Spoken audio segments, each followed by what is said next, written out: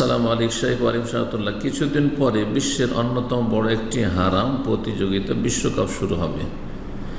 এই বিশ্বকাপের সিজনে জার্সির বিজনেস করা কি জায়েজ হবে?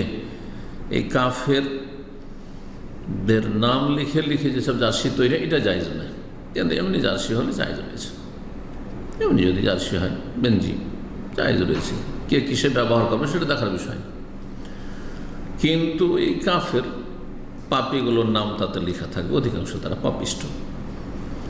আর যে খেলা খেলে সেই খেলাও শরীয়তে বড়ই আপত্তিকর। জি, তার পাপের দিক বেশি রয়েছে। সুতরাং এসব থেকে বেঁচে থাকবেন। জি, বলছেন আর বিশ্বকাপ ছাড়াও কি এই ব্যবসা করা যাবে? যেমনটা বললাম, যদি কারো নাম না লেখা থাকেন, নাম লিখবেন, ভালো মানুষের নাম লিখেন। জি জি, মুসলিম মনীষী রয়েছেন, আইম্মাইকার রয়েছেন, আপনারা মুসলিম, কেন কাফেরের নাম আপনার গায়ে জ্বলবেন?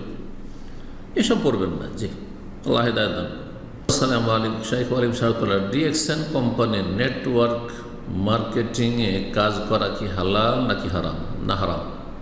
এ রুজি হারাম, এই ব্যবসা হারাম এবং এতে জড়ানো হারাম, এতে অংশ নেওয়া হারাম। এটা আন্তর্জাতিকভাবে নিষিদ্ধ। অধিকাংশ দেশগুলিতে আমি যতটা জানি নিষিদ্ধ। তো দুনিয়ার দিক থেকে এতে ক্ষতি রয়েছে, সেজন্য নিষিদ্ধ। আর দিনের দিক থেকে ক্ষতি হচ্ছে যে এই ধরনের ব্যবসা ইসলামে জায়েজ নয়।